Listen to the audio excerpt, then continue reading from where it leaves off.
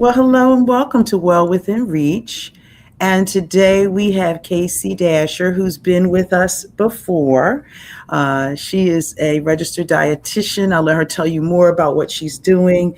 Today we're going to talk about a very exciting, a very needed topic.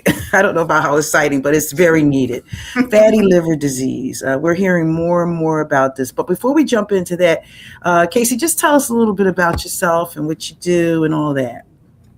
Yeah, thanks, Dr. White. My name is Casey Dascher. I think it's pretty apt for a dietitian to be named Mrs. Dash. And I was born to be a dietitian. I love all things food. I love that food is cultural, family related. It is how we celebrate. It is tied into our history. I love gardening, the preparation of it, the recipes, trying new foods, going out to different restaurants. I even compost, so I'm involved in all levels of food. And I love that I get to take that passion and get to talk about it with other individuals, because everybody loves talking about food. And I like to be able to dispel the myth that dietitians are the big bad food police, that we're going to take away everything. It's not all about what to take away. Sometimes it's about what to add in. Mm-hmm. And when we have a conversation about, okay, well, if you keep eating in this way, it's going to be leading down to the road things that you don't want. So you, of course, are a grown adult. You can make your own decisions, but just know that those decisions have repercussions down the road. So we want to make sure that it's a balance between enjoying food, enjoying celebrations, but also being aware of consequences or things that can happen down the road. So my style of education is that it's a little mixture of counseling, it's a little mixture of storytelling. I think if I had to choose my true title, I would be like food shaman. So I love talking about food, and I have a little specialty in diabetes care. I'm an insulin pump trainer, but then I also am currently employed with Jefferson Einstein under their transplant team. So I work with those who are seeking organ replacements for kidney, liver, and pancreas. So really medically complex individuals who are looking for that option. So it's very important to make sure that those individuals are as metabolically as healthy as possible, because transplant is the Olympics of surgery. It's a major procedure, and we got to make sure that you are metabolically healthy to have best outcomes afterwards. So the first question I want to ask is, what is liver disease? Fatty liver disease. What is fatty liver disease? Yeah, I think everybody's mind first goes to the idea of that it is an alcohol-related problem, that everybody has heard of alcoholic-related cirrhosis, alcohol fatty liver, and that is certainly a major driver for liver disease. But there is also metabolic-associated liver disease, and what that is it is the same exact outcome. It's just different causes that lead to that outcome. Whether it be high intake of alcohol or high intake of processed foods, high fructose corn syrup, both of those are going to cause excess fat buildup in the liver. And over time, as that liver takes on more and more fat as storage, it's going to become really angry. In other words, it develops scar tissue as a means of defending itself against this mass storage. But that scar tissue over time creates inflammation, and massive scarring over time can lead to a loss of function in the liver, which can lead to cirrhosis, which can ultimately lead to liver failure and cancer risk. So that's what we really want to talk about today, of the nutrition implications, the causes, and what you can do for fatty liver disease. Yeah, so tell us a little bit more about what causes it. Can you get into that a little bit?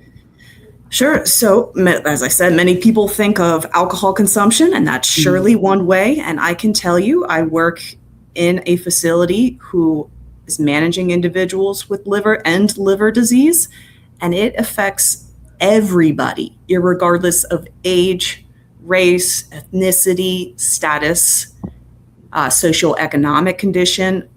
Everyone can be affected by this condition. So, high alcohol consumption, binge drinking over a lengthy period of time, but then also with the metabolic side of it, those who have type 2 diabetes, hypertension, overweight, obesity, high triglycerides, those are all going to be conditions that heighten your risk for liver disease. In addition to lack of exercise, processed foods, consuming sugary beverages, all of those are risk factors for increasing your risk for liver disease.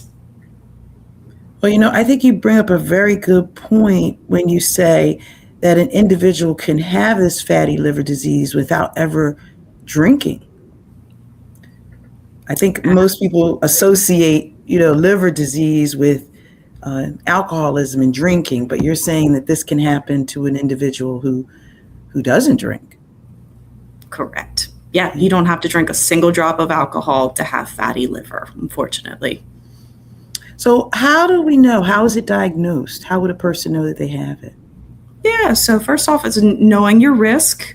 If you have any of those conditions I previously mentioned, type 2 diabetes, a BMI over 25, history of high blood pressure, high triglycerides, that should be not only a trigger for you, but also a red flag for your doctor to say, okay, well, we need to do some further testing. And this is lab results that they can take called your liver functioning test, your LFTs. And it's basic labs that if they come back too high, that's going to be a red flag for us to say, this liver is a little angry right now. We want to then refer to hepatology, which is a liver specialist.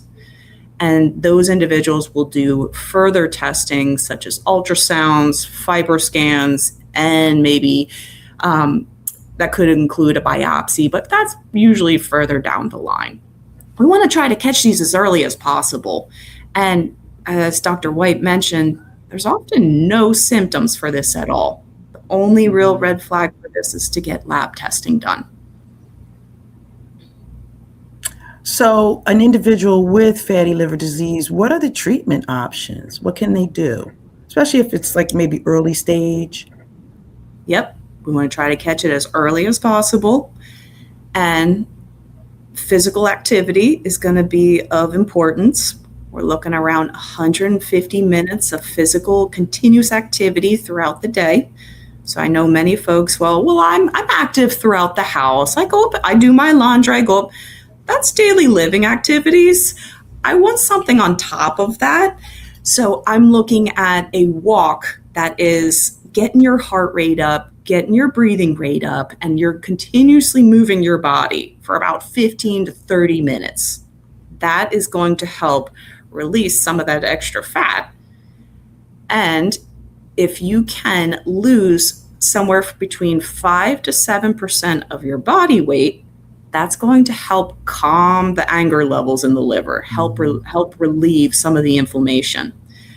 When we're looking at a body weight loss of 10%, that is when you can help look at, hey, maybe I can turn this around and reverse this. Many options for weight loss that are out there now, having a calorie reduction, reducing your portion sizes. In particular, we were really talking about the sugar sweetened beverages. Anything with high fructose corn syrup in it, gosh, it floods the body with sugar, and that extra sugar immediately goes to the liver and is converted over into fat. So you may think of the word fatty liver and think, oh, that's caused by fat. I got to slow down on the bacon and the sausages.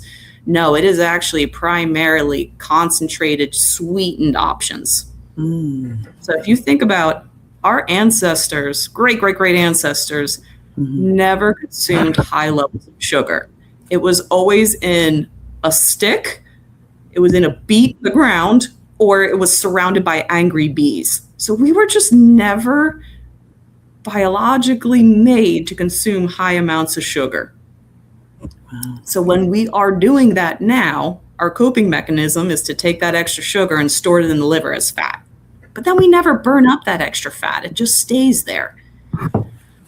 So even if you were to cut down to diet beverages, the zero options, sugar-free, Crystal Light, Pepsi Zero, Gatorade Zero, those are much, much better options to help calm your liver and reduce that flooding of fat into the liver.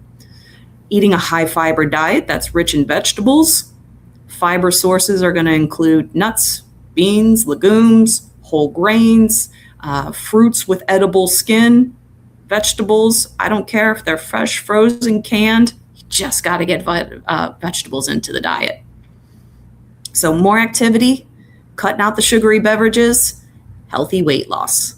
And then also on the medical side, Wegovy has been approved for treatment of fatty liver. Now you have to be at some of the later stages of fatty liver, the metabolic, the MASH, the MASLD, but Wegovy can be approved through insurance for the treatment of fatty liver. All right. Or if you have diabetes, you can also get a prescription for Ozempic, which is the same exact thing as Wegovy. And that could also not only help improve your diabetes, but also the fatty liver.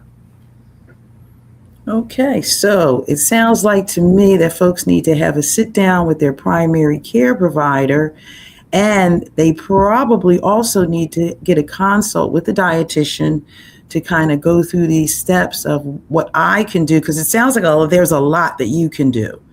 And then if need be, we can look at some medication options that also might be helpful. So this has been really educational and informational, and I really appreciate you joining us. And we're going to bring you back, but I want to thank you for your time today. Give me your last words. I would say every decision you make now is a vote towards the person you want to become. All right. I like that. Thank you so much. Thank you, Dr. White.